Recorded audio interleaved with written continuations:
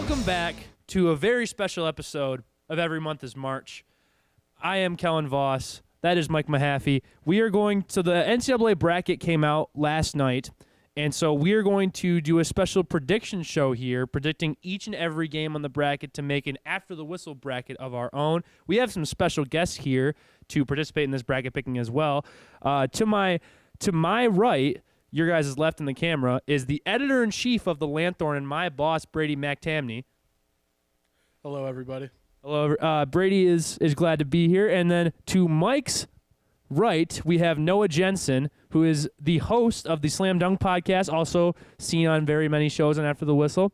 So enough with this intro. Let's just get into it. Go ahead, Mike. So I'm going to take over the East selection here. As we look at this, we see some big-name teams like Duke, obviously. Michigan State's in this conference. LSU's looking pretty good this year. So I'm going to try to break us down with this. Obviously, with the first pick, I'm going to go with Duke over whoever wins that game. I think that's obvious. I don't think anybody's going to argue with me on that one. I think UMBC wants to argue with you. Well, that's okay. Yeah. Well, if you have an argument about that one, then you probably shouldn't be making a March Madness bracket. Anyway, we'll go to the next one, UCF and VCU. I'm not too educated on either of these teams. Taco falls on UCF, 7'6" center. You know, he could be He's tough. a foot taller than I am. Yes. That's very tall. Yes. Yeah. So UCF, Yeah. I was gonna pick them anyway. Perfect. Because I was gonna pick them anyway solely on the fact of how good their football team is, even though they make me mad. Anyways, They won the national championship 2 years ago. that is true. They deserve this recognition in Right. basketball. So we'll go into the Mississippi State and Liberty game. I'm going to give it to Mississippi State. I think their competition, the SEC this year, has been very, very tough, and I think they're playing some good basketball. That's fair, yeah. Going next, the Vodtech and St. Louis. This is going to be my first questionable call. I'm going to have to go with St. Louis. They're playing some tough nose basketball. What is it, the A-10 that they just won? They're coming out of the A-10. They're playing some good basketball right now. Vodtech is on off. They can struggle to score sometimes. They can struggle to score. Yeah. I was looking. They remind me a little bit of West Virginia in the past. They're a tough team, but the offense is kind of inconsistent. I can see that happening. St. Louis is tough. And they're coming, and St. Louis is coming in hot. So I'm going to have to go with them. Going next, Maryland against whoever wins out of that game. Maryland's been watching Big Ten basketball this year. They've been a tough component against some of the top teams this year. They're pretty tough, so I'm going to have to give it to them going into that game. We'll give it to Maryland. Any question on that one? I picked Belmont personally. I think Belmont will win their first 4 game, and I like how Belmont's playing right now. But you know, Maryland's a tough opponent as well. We'll respect that. Now going next, as I said, to kind of kick this off, LSU is playing some good basketball this year. They kind of choked in the SEC tournament. They don't have a head coach currently because their head coach is in a lot of trouble, I would say. That is true. That is true. But I think they're a pretty good team. So I'm going to have to give it over Yale, even though Yale did show up played some good basketball in the Ivy League tournament. Look out for the Ivy League, man. Yeah. I mean, I think LSU's going to win too, but I think that could be a really good game. Yeah, true. Because there was some tough between. Harvard was pretty good this year too, so there was good competition. But I'm going to have to go with LSU. And then next we have, I can't see, the Louisville, Minnesota game. Watching Big Ten basketball, I'm going to say the opposite with this. I think Minnesota is a very wishy-washy team. I would agree. Louisville is also wishy-washy, but looking at their they've had some wins here or there that has been prominent. I just don't trust that Minnesota team, so I'm going to have to give that one to definitely Louisville. And then next up, Michigan State and Bradley. I got it. Michigan State's coming off the Big Ten tournament. I'm gonna have to give that to Michigan Bradley State. just fired one of their journalists, so we just have to stick up for journalists ourselves. Definitely. We just cannot pick Bradley. They're playing good basketball right now. Nick Ward's coming back, or slowly coming back. He's didn't get a lot of playing time during the Big Ten tournament, but he'll be a bigger force this tournament. So back up to the top, Duke UFC. I'm not going to talk much about this one. I think Duke will see bigger competition once they reach the Sweet 16. We can talk more about that, but I don't think that's going to be much competition. Mississippi State, St. Louis. Although I was big on St. Louis the first round, I think this is going to be their end. As I already said about Mississippi State, they played some competitive basketball against some SEC, so we'll give it to them. Now, Maryland, LSU. This is a tough one. This one's good. This one's a hard one. This is one of the ones I had to sit and think about a little bit with everything going on. I really like the fact of how the SEC this year has been no dominant one. There's been a lot of competitive play. So, like, I don't know what it is with SEC basketball, but I'm really liking it right now. So I think LSU was one of the most dominant teams in the SEC this year. Absolutely. So I'm going to have to go with LSU in this game. Anything up to debate with that one? No, I don't think so. Yeah, I can hear both sides of that argument, but Maryland's kind of another one of those Big Ten teams that's either hot or cold, Yep. and I can see them either winning that game or I can see them getting blown out. Definitely. All right. Sweet. And then the next one, although Louisville once again was very wishy-washy, and as I already said, Michigan State's coming in hot to this tournament. So I think that'll be definitely handily Michigan State in that one. These are my favorite two college teams in the nation. So this is going to be, if this is a matchup, it's going to be a hard one for me to watch. I'm going to be pulling for Michigan State, but it's just my heartstrings are going to be pulling. Yeah, earlier this season, Louisville actually did beat Michigan State. Yes. I'm a Spartan fan, but that's a game that kind of scares me a little bit for the Spartans. It's not in the KFC Yum Center, and It's they not in the they are KFC Yum undefeated Center. in November in the KFC Yum That's Center. right. So I am And- okay with this. And game. as we know, this hasn't been the case recently, but this feels like a different team lately. You know, they call the month of March Izzo. It hasn't been that way recently, but this team does feel different than the ones in past years. I would agree. Definitely. All right, so now we're back up to the top with Duke, Mississippi State. Now I think Duke's finally going to be facing some competition, but I trust Zion's coming back. He's playing crazy basketball right now. And he won the ACC tournament MVP, correct? Or one of the players. He's playing some great basketball along with Cam Reddish and RJ Barrett. RJ Barrett. They're playing great basketball. So I'm going to have to continue to go with Duke there. This next one coming up, LSU, Michigan State. This one kind of had me puzzled a little bit too. But I just got to keep riding with the Spartans. Even though I'm a Michigan fan, I have to ride with them here. They're playing tough basketball. The only thing that questions about me is their big man play with Nick Ward kind of not having a role complete yet with the Big Ten tournament.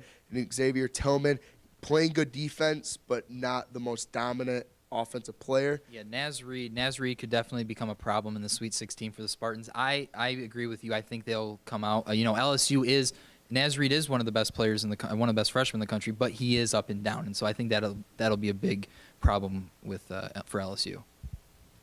All right, so now we get to the final game in the East. Duke versus Michigan State. They already played one time early on in this year, but it was early, so we can't say much. That was Kansas. I thought they also played Duke in the beginning of the year. It doesn't matter. Anyways, keep going. My bad. I ignore that. So this is their first time they're playing. This is going to be a tough game, honestly, I think. Duke will be facing tough competition, but I think the edge is going to have to go to Duke because they have their star player. We haven't even mentioned Brankovic? Michigan State's point. Why am I? Cassius Winston. Slips my mind. Oh my Literally goodness. leading their team right now. My bad. I apologize to all Michigan State fans out there, but he's playing some great basketball. He's kind of struggled in the first half, a couple games against Michigan, but he still comes out and plays some I tough think that basketball. matchup between him and Trey Jones is going to be a big one. Yeah. I was just going to say, I think other than Xavier Simpson, that's going to be the biggest defensive matchup that Cassius Winston will have seen, the toughest defensive matchup that Cassius has seen this year. So it'll be interesting to see how he handles Trey Jones So offensively. who do you have winning that game? I'm going to have to go with Duke with their star power offense and what they All can right, do. so you have Duke coming out of the East. Okay, awesome. I don't think many people are gonna argue with that. Probably not, no. So I will be breaking down the South region of the bracket here. So we start up top. We got Virginia versus Gardner-Webb. Now, obviously, everybody knows that Virginia was the first 1 seed to lose to a 16 seed last year. I don't think that happens 2 years in a row. I think they're going to use that to motivate them to win this matchup. So I take Virginia easily. With Ole Miss and Oklahoma, these 8-9 matchups are literally always a toss-up. I believe it's 50-50 for 8 versus 9. But Oklahoma has a senior guard, Christian Jones, who's averaged like 15 points a game or so. So I'm going to pick them just out of the senior leadership of him. Wisconsin, Oregon. I think Oregon wins this one, and I'm going to say they win it easily. Because even though Wisconsin is one of the better teams in the Big Ten, and Ethan Happ has been headlined as one of the best players the Big Ten's seen recently. He can't shoot a basketball outside of 4 feet. I don't care what you say. Oregon's got some quality big men. They got Dylan Pritchard at point guard. I think they easily beat Wisconsin in that one. Kansas State versus UC Irvine. Kansas State is a quality team, but UC Irvine has won the last 16 games in a row, so they're on a bit of a hot streak. So I like the Anteaters to come out of that. So we're gonna have 12 matchup in the second round. All It's right. one of the better mascots in the league too. Like, definitely Anteaters? topping the Anteaters. Yeah, you can top the Anteaters. So you have to have 12 versus 13 in that matchup. Not take 'em. So then 6 versus 11, we got the reigning champion Villanova Wildcats going up against St. Mary's. St. Mary's obviously just beat Gonzaga to win the WCC, I believe. But Villanova, they also won their conference. Phil Booth and Eric Pascal have been playing really well as of late, so I'm going to take Villanova in that one. Purdue versus Old Dominion. This might be the best matchup in terms of mascots because we got the Boilermakers versus the Monarchs. Very creative names, but Carson Edwards is just going to dominate in that one, so I'm going to take Purdue there. Cincinnati versus Iowa. Again, these games are also very close, but this game's actually being played in Columbus, which is less than 2 hours away from Cincinnati, so I think it's basically a home game for them, so I'm going to take the Bearcats in that one. And then Tennessee versus Colgate. I honestly couldn't tell you where Colgate is. I know I use their toothpaste. It's okay, but Tennessee is going to win that one. I'm more of a Crest guy anyway. That's a hot take. That's a hot take. So now we have Virginia versus Oklahoma. This is a game where I could see Kyle Guy going off. He's been one of the better players for Virginia all year. Could be a future NBA player. Virginia moves on to the Sweet 16 fairly easily. Then we have our very intriguing 12 versus 13 matchup with the Ducks versus the Anteaters. I've loved the way Dylan Pritchard has been playing lately. The Ducks have been one of the hottest teams in March, so I'm going to take them to move on to the Sweet 16. Every year since the field expanded, there's always been one double-digit seed to make it to the Sweet 16. So I think Oregon is that team in this bracket. Villanova versus Purdue. As I mentioned, Carson Edwards is a very good player, but I think that Purdue is not a very deep team, and Villanova has championship experience. Villanova has been able to show that they can come through adversity this year, so I'm going to take Villanova in that one. Tennessee versus Cincinnati, again, still played in Columbus, so it is kind of a home game for Cincinnati, but I love the way that Grant Williams has been playing the big man for Tennessee. I think he's going to dominate this one. Cincinnati likes to slow down the pace a little bit. Tennessee likes to play up-tempo. I think the up-tempo wins in this matchup, so I'm going to take the Tennessee Volunteers beat Villanova here. I like that Tennessee win. You know, a lot of people are talking about that loss to Kentucky, or that win to Kentucky and the loss in the SEC A lot of big championship. threes there, yeah. A lot of people are talking about that, but I think it was a big emotional win against Kentucky. I don't think that loss to Auburn is something that Tennessee fans should be worried Probably about. not. You know, I'm gonna say the opposite of that. I think Cincinnati's a really hard matchup for Tennessee, and I think Cincinnati could very well take that game. I agree with Cincinnati, yeah. Okay.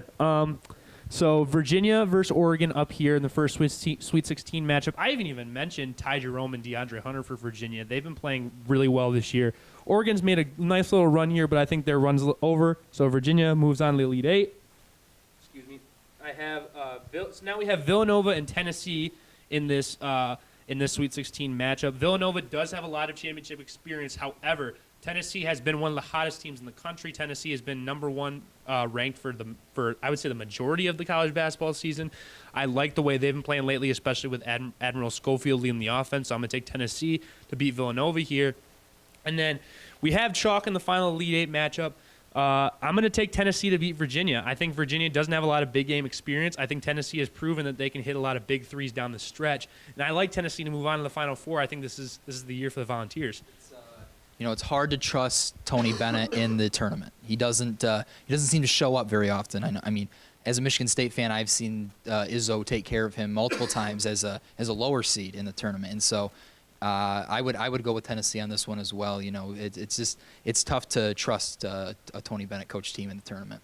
Yeah, and I was saying earlier that I like Cincinnati over Tennessee, but I think if Tennessee gets past Cincinnati, then I think they have a pretty good shot of getting to the Final Four. That's going to do it for the South region. Now we will move on to the Midwest, where Brady is going to pick the region. All right, now it's time to look at the Midwest. I think this is a really, really intriguing bracket. There's a couple teams here that most people wouldn't think will go far, but I really like. Starting with the 116, North Carolina, Iona.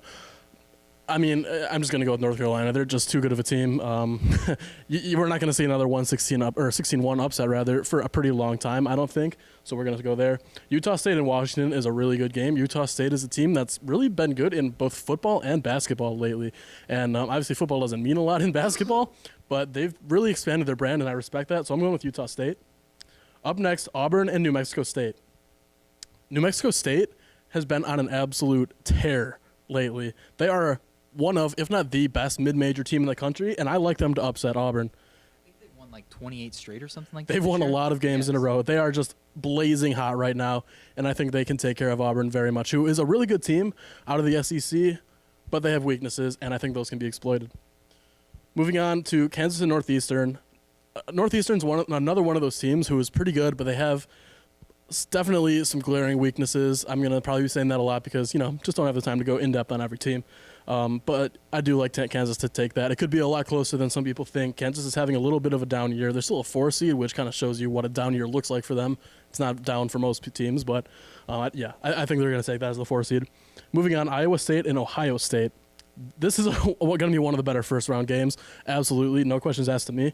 But I do think Iowa State's going to take this one. The Cyclones are a good team, which I've said a lot. And Ohio State is good. They're playing with Caleb Wesson again, but Caleb Wesson just hasn't really been himself since coming back. He fouled out with, I think 9 minutes left in the tournament loss to Michigan State. I just don't know if he's ready to be back and dominate and go far in the tournament. Moving on, Houston and Georgia State. Houston's one of my favorite teams in this entire bracket. They're just an incredibly talented team. They have been hot lately. They got themselves up to a 3 seed. I don't think most people would have realized that they were even going to be a tournament team this year. Most casual college basketball fans don't really understand how good this team is, and I have them going on to beating Georgia State. Now, we're talking about hot teams. Wofford might be the hottest team in the country. They've won 20 straight games, haven't lost since before Christmas, and they are going to handle Seton Hall like it's nothing. I like Seton Hall a lot. I like them to move on in a lot of tournaments. That's one of those teams that I kind of have a loyalty to. I usually like to have them move on a round or two in most of my tournaments, but Wofford's going to take care of them here. I'm sorry, Pirates. It's just not your year, man. Kentucky and Abilene, I'm just going with Kentucky. I mean, come on. Do we even know where Abilene Christian is? Did anybody? It's in Texas. It's in Texas. Thank you, Stat Guy Joe. Yeah, they probably have a church there. They're a Christian school, so that's about as much as I know about them. Moving on, North Carolina and Utah State. Like I said, Utah State has a good team. They've been hot lately, but North Carolina's going to take care of them. I mean, Luke May, that's one of the best players in the country. I really don't know how his NBA career will be, but for now, he's going to be going out on a pretty hot note, going to at least the Sweet 16. Now, New Mexico State and Kansas have actually played this season. Kansas beat them by 4 points, but New Mexico State's going to get them this time. I think that they can be another one of those teams that goes Cinderella mode. Bill Self has tended to be one of those guys who tends to choke in March, and we saw this. This could be very similar to when they lost to Northern Iowa a few years back. I could see. I respect the pick 100%. I respect it too because of how much of a wishy-washy year that they've had. Like, it's not going to continue to get better in the tournament. Without Aduko Azubuike, that's going to be he was their rock in the middle of the lane all year, and or for most of the year. But when he went out, that's when you saw Kansas start to struggle. And as hot as New Mexico State is, they could really come away with that one. Yeah. So, like I said, that's going to be a game that it's usually tough to pick upsets like that, but I don't really have many reservations about picking New Mexico State in that. I think it's going to be, that's what I feel pretty confident about. Anyway, Iowa State and Houston. The Cyclones are good. I know my guy Robbie working in Washington, D.C. would love Iowa State to move on because he's become a Big 12 guy. Shout out to Robbie. But Houston's going to move on in this one. I like the Cougars. And then Wofford and Kentucky. Have I mentioned that Wofford has won 20 straight games? I know I did. They're going to make it 22 when they beat Kentucky. That's a tough one. That's a tough one for me. The way Kentucky has played, they started out the year losing to Duke by 34, but the way they've just been, they've been rolling a little bit. They lost to Tennessee in the tournament, but I like John Calipari teams when it comes to the tournament. I know a lot of people don't, but I think his teams really show up to play, even though how young they are. I respect this pick, though, because Wofford is, as we said, one of the hottest teams in the nation. They had that really good big man in the middle. And Kentucky, it really hasn't been a great year for them by their standards. Obviously, they are a 2 seed in this tournament, but they haven't shown the consistency that we've seen in a lot of years with Kentucky. So I think the Wofford upset here is definitely not out of the question. Right, and then moving on to the Elite Eight here, I believe it is. No, that's the Sweet 16. Yeah, sorry, I don't do numbers very well. New Mexico State's run as a Cinderella is going to unfortunately come to an end. North Carolina is just too good of a team. I love the Aggies out of New Mexico State. I'm pretty sure that's what they're called. Shows how much I love them. But yeah, unfortunately, that's going to be where it comes to an end for them. As far as Houston and Wofford goes, these are two teams that I like a lot. Wofford has won 22 straight at this point. They've won 22 straight at this point. I just wanted to remind They you. just beat Kentucky. That's huge. But I think Houston is going to take it. Okay. And then here in our Elite Eight game, we're going with Houston. That's a team. That's a team that fills it up. North Carolina is obviously one of the best teams in this country. They've beaten Duke twice without Zion, but they've still beaten Duke twice. They're an incredible, incredible team. But I think this is going to be one of those games where they just fall a little bit flat. I know that's hard to predict, but I just don't see Houston losing at this point. They are such a talented team. That's it. I mean, I can't agree with the fact of how well this team's played, especially if they started off a little slow with the season, but they caught fire through the season. The way Luke May and Kobe White are playing right now, they are insane. I think they're going to go pretty far in this tournament, if not win it all. Oh yeah, I don't disagree at all. If I'm wrong about this pick, I won't be mad about it. I don't hate North Carolina like I do some other teams that might have gone on to the Final Four up here a little bit, but not naming any names. It's Duke, but yeah, I just like there we go. I just like Houston a lot. And we're moving on to the West with Noah. Let's move on to the West. All right, last but certainly not least, we have the West bracket. And to start off, we're going to just put Gonzaga through. I don't even know who they're playing yet, but they're going to win it. Let's go on to the next game, the 8-9 matchup with Syracuse and Baylor. Now, Syracuse, I don't like zone, but it always seems to do well in the tournament. So I'm going to take Syracuse here to get past Baylor. This is going to be one of the most fun matchups we will ever see in an NCAA tournament game. We have Marcus Howard, we have Ja Morant, and they're going to put up a lot of points. They are essentially the same team. They both have one really good player and not much else around them. Both mid-majors too. Both, yes, Marquette. Is Marquette is Big East? It's Big East, yeah. That's Okay, mid-major, that's okay. mid-major. But I'm going to go with Marquette. I think Marcus Howard has a little bit more around him, and I think that they'll be able to get past Murray State. We go down here to the Florida State-Vermont matchup, and we're going to go with the Catamounts to come out. Whoa. I'm a big Ryan Russillo guy. I'm going to go with him here, and I'm going to give the Catamounts. I don't agree with this pick just because Florida State essentially returns the same team that they had last year, and they went to the Elite Eight last year. I think Florida State had a really good path to the Elite Eight last year. They are not very good offensively. They do have a pretty good big man down low, 7'1" guy, and they have one of the best defensive rebounding rates in the country. But I think the Catamounts can play spoiler here and take out the Seminoles. How can we look past a team called the Catamounts? Exactly.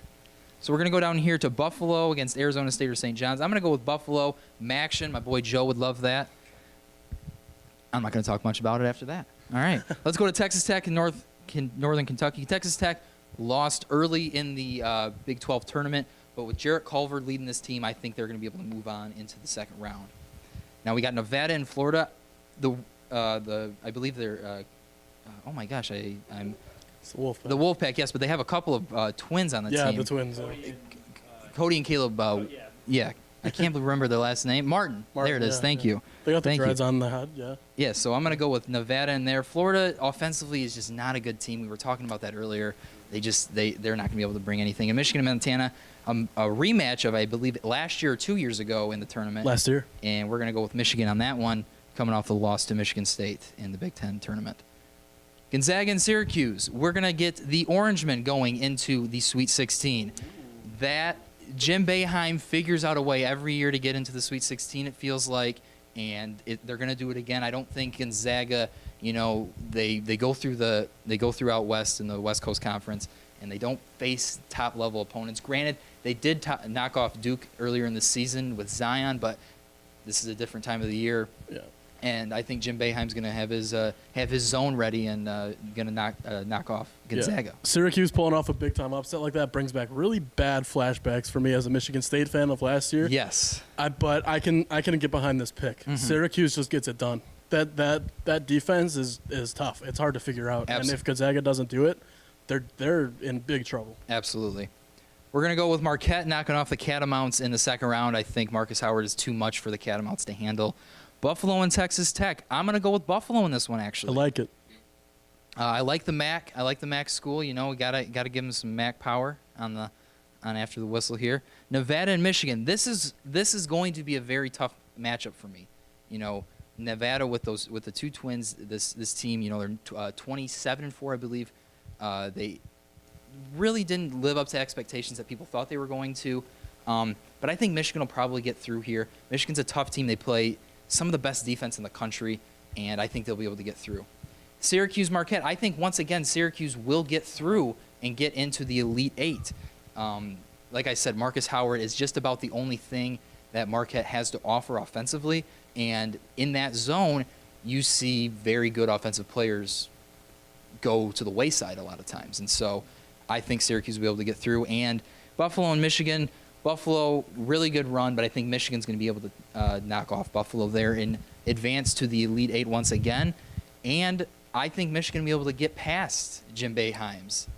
Rematch from the Final Four matchup that they had in 2013. Yes. Yes. Very exciting game that was. It will be. That was a very exciting game, and I think this one will be as well. That zone just always brings exciting games. You know, you look back at Duke's 2 games against Syracuse this year. Those were close games. I believe both were, or one of them was with Zion, one of them was not without, or was without him. And so I think it's going to be a very close game, a very competitive game. But I think Michigan comes out on top and once again makes it to the Final Four. Let's not look past the fact that would be a matchup of John Beilein and Jim Boeheim, 2 very, very similar names. Yes, very different coaches. Very different coaches, very similar names. Yeah. Very similar names. Yes. So I think it'll be interesting to see the way Michigan's offense has kind of struggled these past month or two to go against the zone. If they can get that 3, because it all depends on the 3. If Isaiah Livers is hitting, Jordan Poole's hitting, if Xavier Simpson can hit sometimes, maybe. It's the hook shot. It's all about the hook shot. It's the hook shot, but it'll depend if their offense is going to show up in the tournament or not, if they're going to make this run or not. We know their defense is going to show up. It's whether their offense is going to make a run for it or not. I think Michigan's going to do pretty well in this tournament as long as they avoid Michigan State. yes, I'm in agreement with you there as well. So we have our Final Four matchup on the After the Whistle bracket here. We have Duke, Michigan, Tennessee, and Houston. Not what I would have expected us to pick, honestly. No, this is it's an odd I one. respect it. Yeah. Oh yeah, I like it. So Noah, who do you see winning out of this Final Four? Out of this Final Four, I think we're gonna.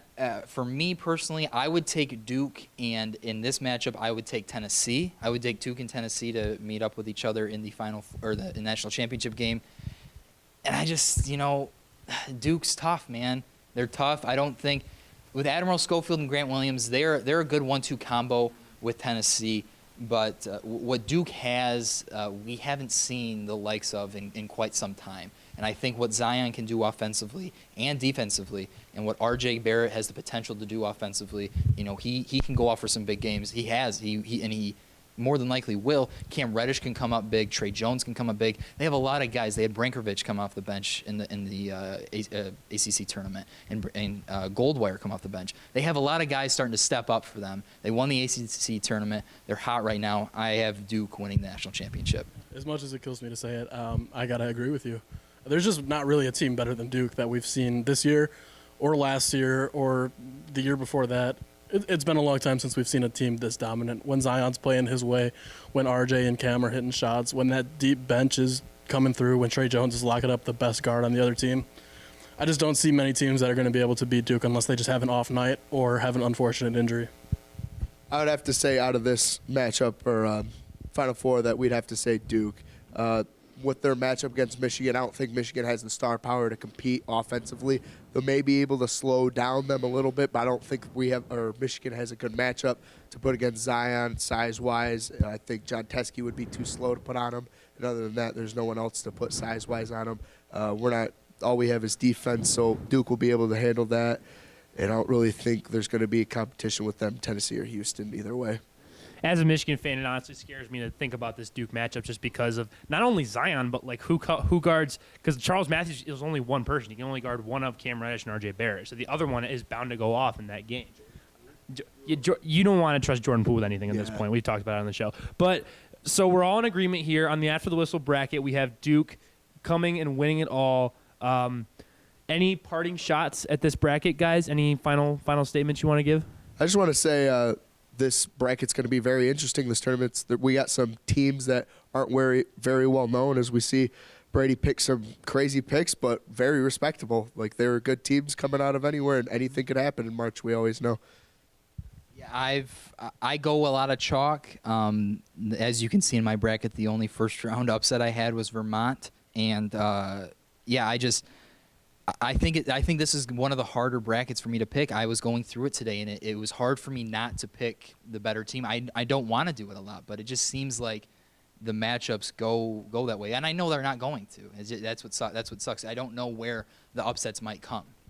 That's the hardest part about this. Yeah, this is a tough bracket to pick everywhere except for with Duke. There's going to be a lot. I feel like there's going to be a lot of pretty fun upsets this year, whether that comes from 15s over 2s, 11s over 8s.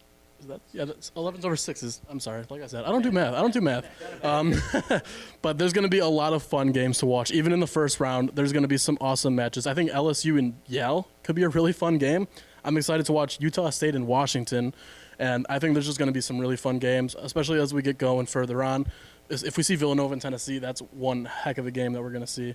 And Duke's probably going to take it. I hate to say it, but it's going to be a fun bracket. Also, the championship game is on my birthday. So I'd hate to see Duke win it on my birthday, but it's probably going to happen.